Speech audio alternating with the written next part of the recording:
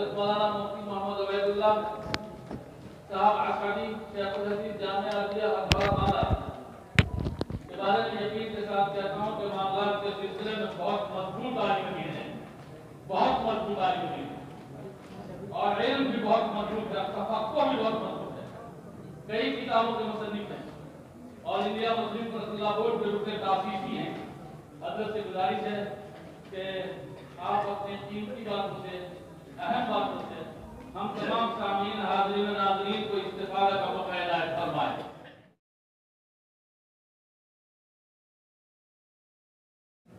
نحمدہ و نصلی علی رسولہ الکریم، اما بعد۔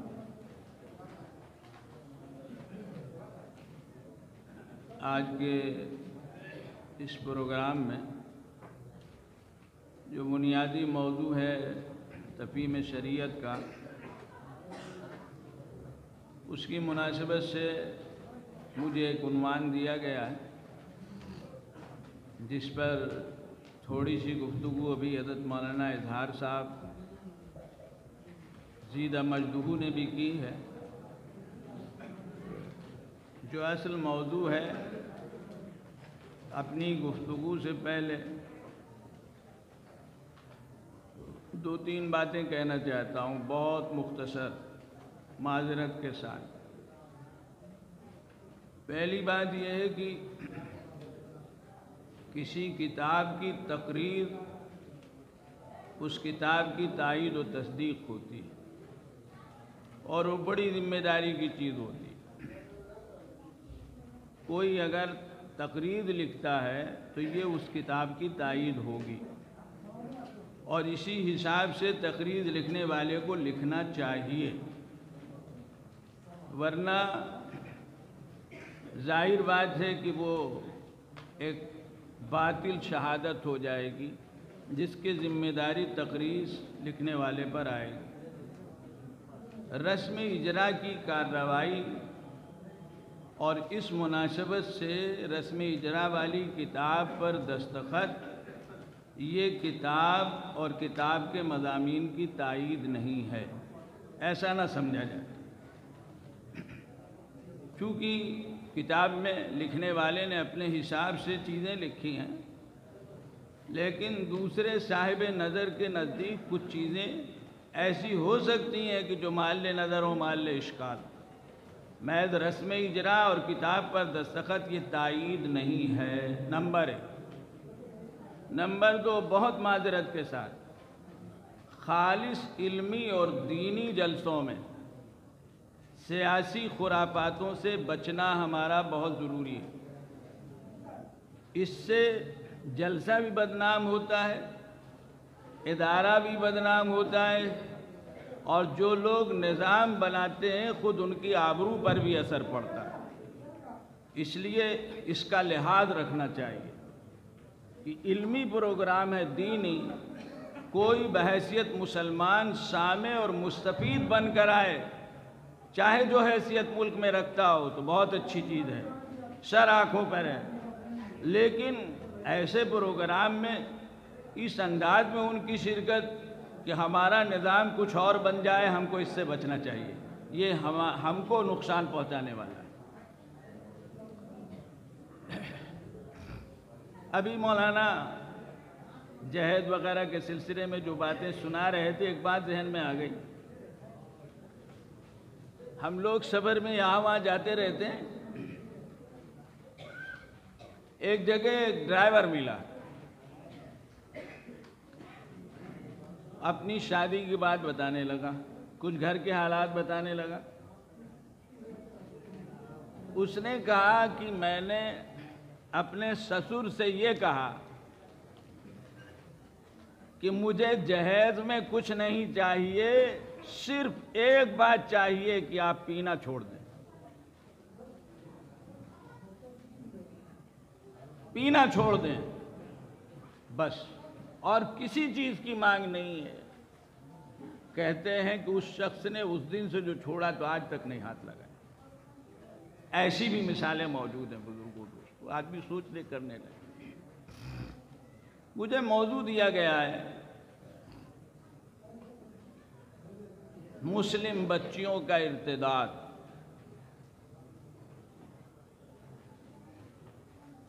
پہلی بات تو یہ کہنی ہے، پروپیگنڈا کسی چیز کا اس کو اس کی واقعی حیثیت سے بہت بڑھا بھی دیتا ہے، گھٹا بھی دیتا ہے۔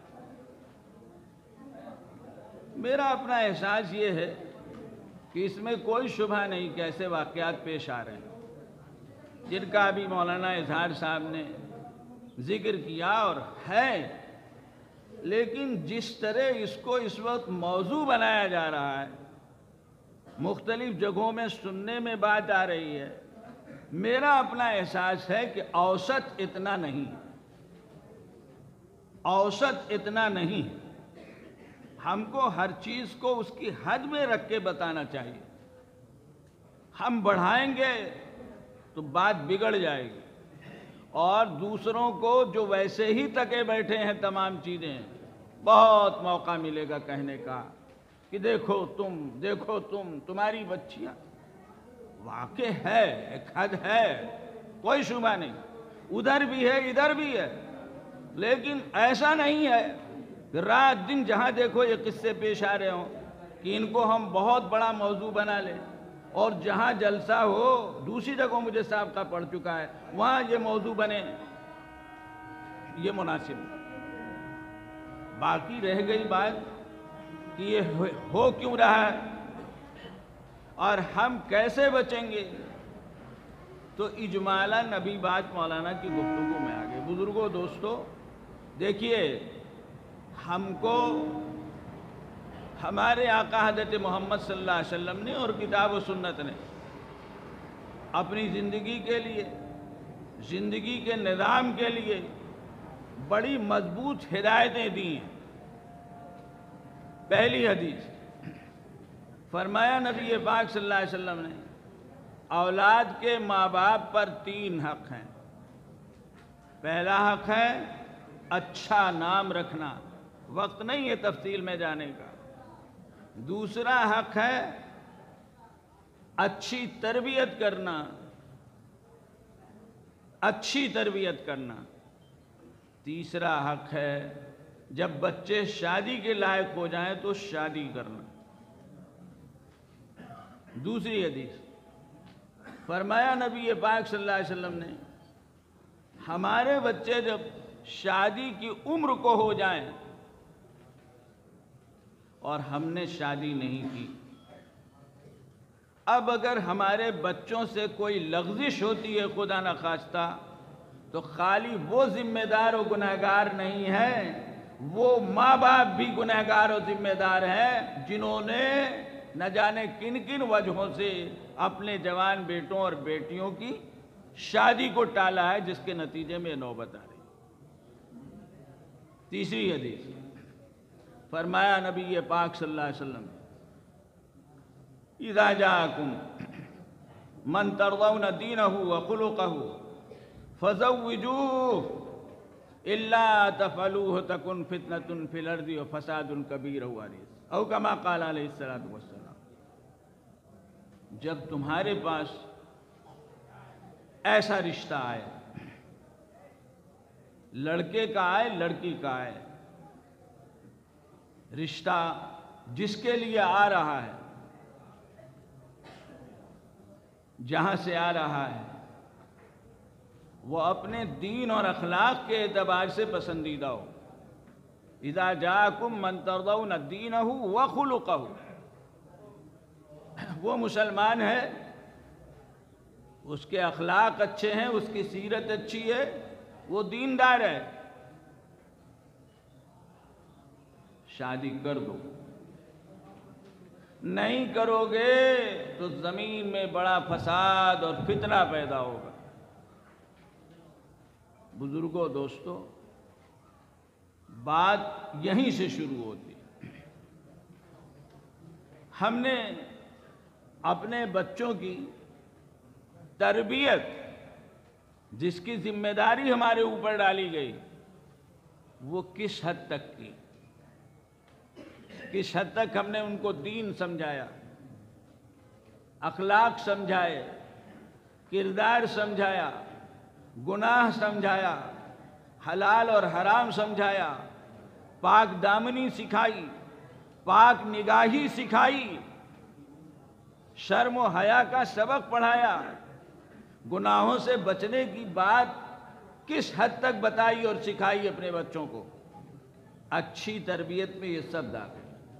اچھی تربیت میں یہ بھی داخل ہے کہ بچوں کو وہ سکھاؤ اور پڑھاؤ کہ جس سے ان کی دنیا کی زندگی بھی اچھی گزرے، اور وہ سکھاؤ اور پڑھاؤ جس سے ان کی دینی زندگی اچھی سے اچھی ہو۔ اچھی تربیت میں دونوں باتیں شامل ہیں، یہ بات بھی یاد رکھنی چاہیے، یہ بات بھی یاد رکھنی چاہیے۔ اصل تو دینی تربیت ہے، دینی تربیت ہے، ایمان ہے، عقائد ہیں، وہ تمام چیزیں جو اس کے متعلقات میں ہیں، لیکن اسی کے ساتھ دنیا کی تربیت، دنیا کی زندگی کا نظام کیسے اچھا چلے گا، یہ بھی داخل ہے۔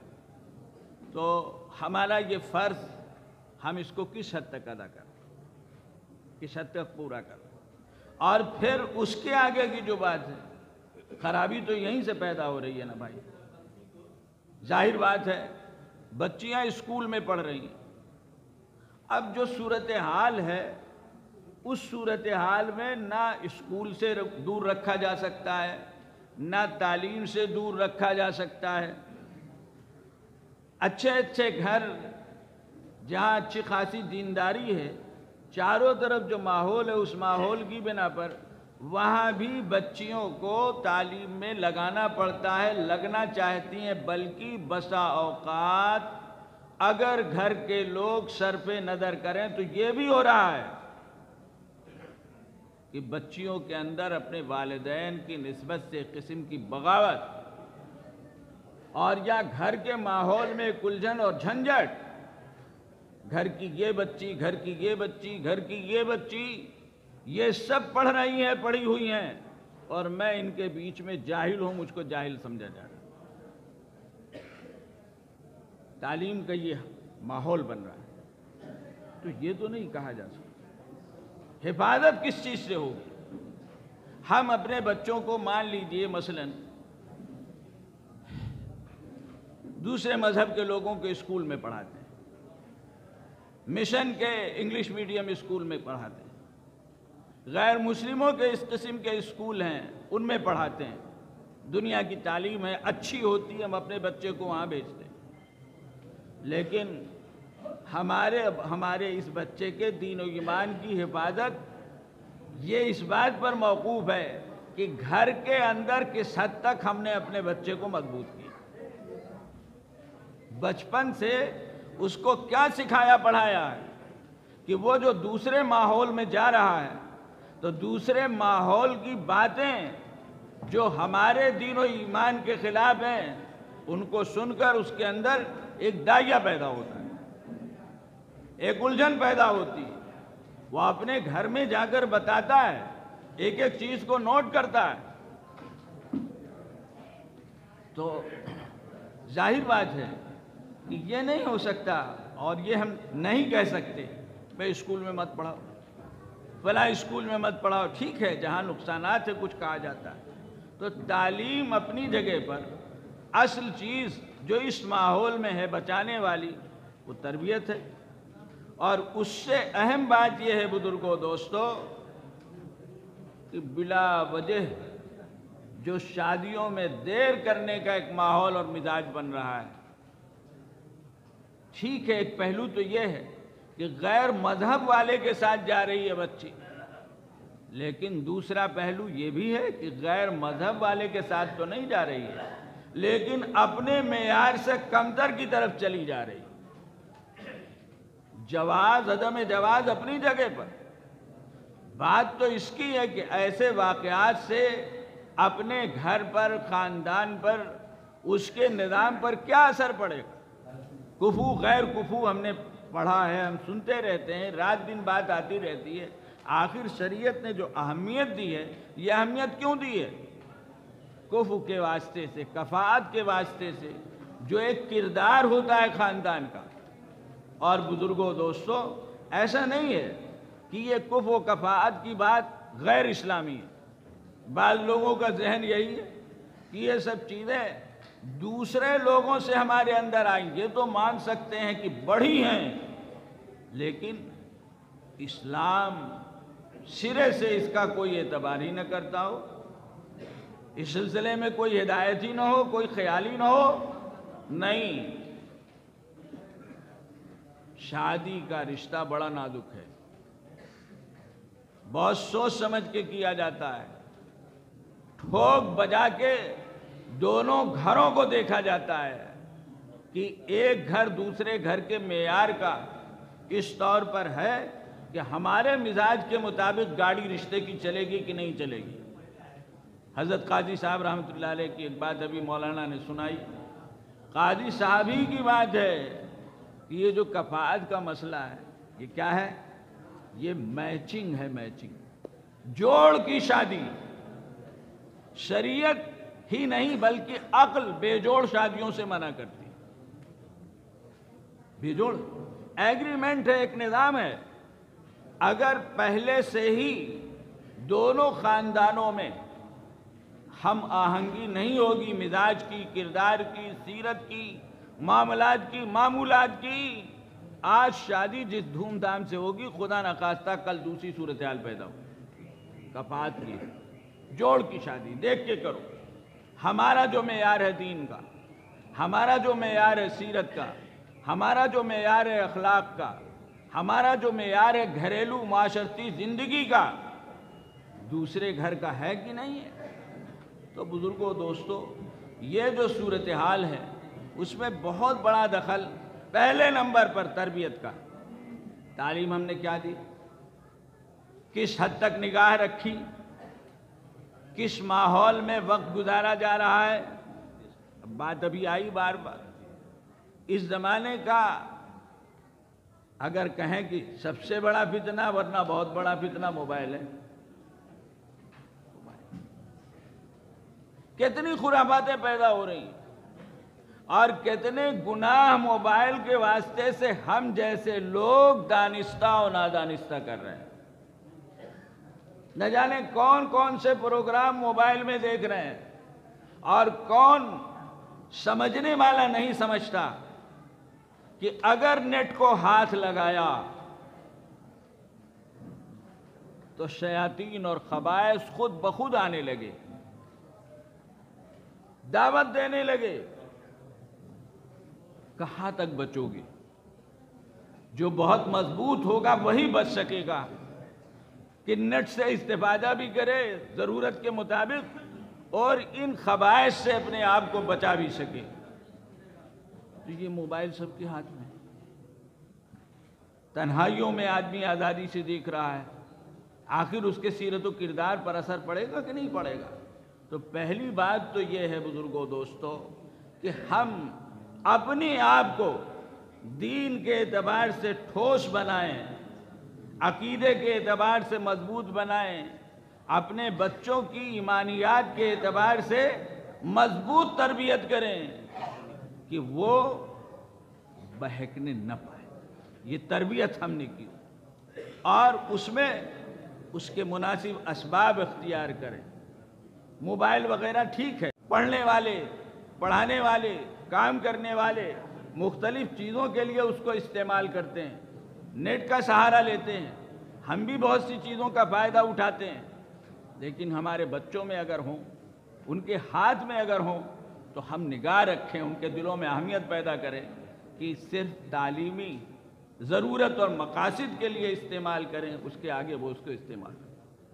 اور تیسری اہم بات یہی ہے بزرگوں، دوستو، ابھی مولانا نے بھی کہا، دوسروں نے بھی کہا، ہماری شریعت نے ہمارے نظام زندگی کو آسان بنایا، ہم نے ہر چیز کو مشکل بنا لیا۔ کتنے دین کے احکام ہیں کہ مشکل بنا لینے کی وجہ سے ان کی انجام دہی وقت پر نہیں ہو رہی۔ بچہ پیدا ہوتا ہے، کان میں اذان اور اقامت، ہم نے مسئلہ بنا لیا۔